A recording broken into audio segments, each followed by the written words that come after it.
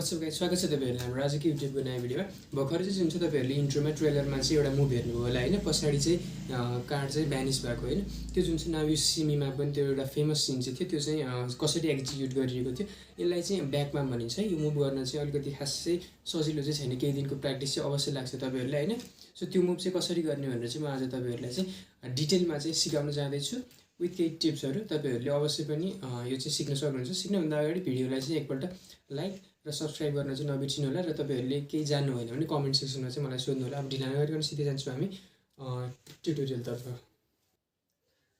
मलाई चाहिँ एउटा कार्ड, यो मुभलाई गर्नलाई चाहिँ तपाईहरुलाई जुन चाहिँ एउटा कार्ड चाहिँ चाहिन्छ, एउटा कार्ड भन्दा बढी चाहिदैन, मल्टिपल कार्डले पनि गर्न सकिन्छ, तर आज चाहिँ हामी एउटा कार्डले मात्र कसरी गर्ने भनेर त्यो चाहिँ सिकाउन जाँदैछु। यसलाई सुरुमा चाहिँ जुन चाहिँ तपाईहरुले कार्डलाई चाहिँ जुन छ स्पाइडरम्यान ग्रिप, यो वाला ग्रिप है, यो वाला स्पाइडरम्यान यो वाला ग्रिपमा चाहिँ तपाईहरुले चाहिँ अलिकति फ्यामिलियर हुनुपर्छ है। सुरुमा हामीले जुन चाहिँ कार्डलाई यसरी होल्ड गर्छौँ है, यसरी होल्ड गर्छौँ, त्यसपछि जुन चाहिँ यसले यहाँ पछाडि यो दुईटा औँला जुन चाहिँ यसले यहाँ पछाडि लिएर आएर चाहिँ जुन छ हामीले जुन चाहिँ यसरी स्पाइडरम्यान जस्तो ग्रिप बनाएर कान्छी औँला प्लस चोरी औँलाले चाहिँ जुन छ अलमोस्ट यो बटमतिर चाहिँ यसको यति लगभग यतितिर यो जुन हार्ट्स बनेको छ लगभग त्यहाँनिर चाहिँ हामीले यसरी प्लेस गर्छौँ है। यसरी प्लेस गर्दाखेरि पछाडिको हाम्रो जुन चाहिँ दुईटा औँला यहाँनिर यस प्रकारले चाहिँ बस्छ है। अब आउँछ हाम्रो मेन कुरो है। अब हामीले के गर्छौँ भने यो कार्डलाई जुन छ पछाडिको यो दुईटा औँला जुन छ यो तलपट्टि यहाँनिर हेर्नु दुईटा निस्केको छ, तलपट्टि आउँछ र तलपट्टि आएर चाहिँ जुन चाहिँ यसरी धकल्दिन्छ र हामीले चाहिँ यसलाई चारवटा यो दुईटा ग्यापमा प्लस यो दुईटाको ग्यापमा चाहिँ हामीले कार्डलाई जुन चाहिँ यसरी चाहिँ समात्छौँ है। यसरी समात्दाखेरि पछाडिकै यस प्रकारले चाहिँ लुकेको हुन्छ। तपाईहरुले पर्फेक्ट भइसकेपछि यो ग्यापहरु चाहिँ जुन चाहिँ देखिँदैन है। अब अर्को भनेको अर्को टिप्स के बुझ्नु छ भने हामीले यतिकै नर्मली यतिकै राखेर यसरी गऱ्यो भने स्पेक्टेटरले जुन चाहिँ सजिलै पछाडि गएको छ भनेर चाहिँ कार्ड चाहिँ पछाडि गएको छ भनेर थाहा हुन्छ। यसलाई देखाउनलाई सुरुमै म चाहिँ यसरी गरेँ भने सुरुमै ग्रिप यसरी देखाएँ भने पछाडि जाँदो रहेछ ए भने जस्तो हुन्छ। त्यही भएर हल्का मोसनमा यसरी राख्नुहोस्। मोसनमा गरिरहेको बेलामा चाहिँ जुन छ यसरी चाहिँ जुन चाहिँ पछाडि हाइड गरिदिनुहोस्। प्लस पछाडि हाइड गर्दाखेरि के हुन्छ भने तपाईहरुको सानो यो ग्याप जुन यो छ बार जुन देखिरहेको छ यो मोसनमा गर्दाखेरि यो पनि हाइड हुन्छ प्लस यो पनि देखिँदैन। त्यही भएर पनि हल्का मोसनमा चाहिँ हामीले गर्छौँ है। के हुन्छ भने यहाँ यसरी हुन्छ। त्यसपछि जुन चाहिँ यो दुईटा स्पाइडरम्यानलाई जुन छ सुरुमा चाहिँ तपाईहरुले कसरी गर्नुहुन्छ भने यो ग्रिपमा चाहिँ यसरी एडजस्ट गर्नुहोस्। त्यसपछि जुन चाहिँ यो दुईटा औँला चाहिँ यहाँनिर यसरी चेप्नुहोस्। चेपेर चाहिँ जुन चाहिँ यसलाई यत्तिकै पछाडि लाग्न सिक्नुहोस् है। अनि यसरी चाहिँ यो दुईटा चाहिँ आउँछ। पछि प्र्याक्टिस गर्दै गएपछि यो चाहिँ जुन छ हाम्रो हाइड हुन्छ। प्लस म तपाईहरुलाई अब ओभर द सोल्डर भ्यूबाट चाहिँ बुझाउन ट्राई गर्छु। हाम्रो के यस प्रकारले सुरुमा ग्रिप गर्छौँ है।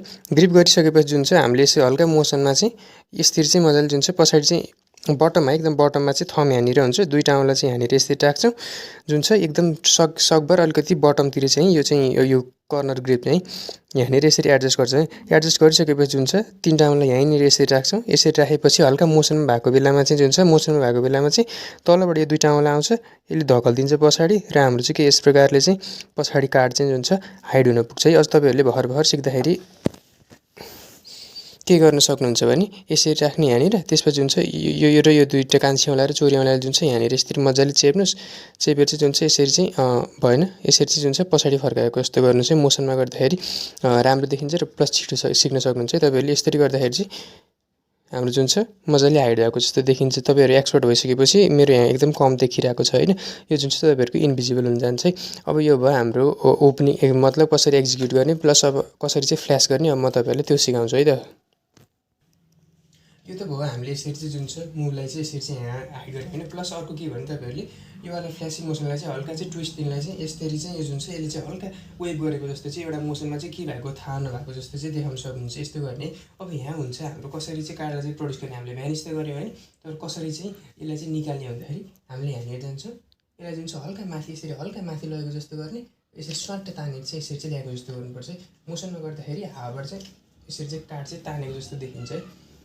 यहाँ हाम्रो यसरी गर्दाखेरि हाम्रो यो हाइड भयो हैन, हाइड भइसकेपछि गरेर चाहिँ यसरी चाहिँ ठ्याक्क यसरी चाहिँ तानेको जस्तो देखिनुपर्छ है। तपाईहरुले यहाँ जानुभयो यसरी गर्नुभयो भने देखिन्छ। त्यही भएर चाहिँ हल्का स्पिड चाहिँ मेन्टेन गर्नुहोस् है।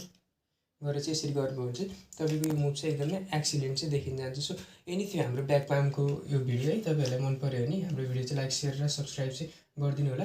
प्लस अरु के चाहिन्छ तपाईहरुलाई के बुझ्नु भएको छैन कमेन्ट सेक्सनमा चाहिँ अवश्य भनिदिनु होला। So thank you.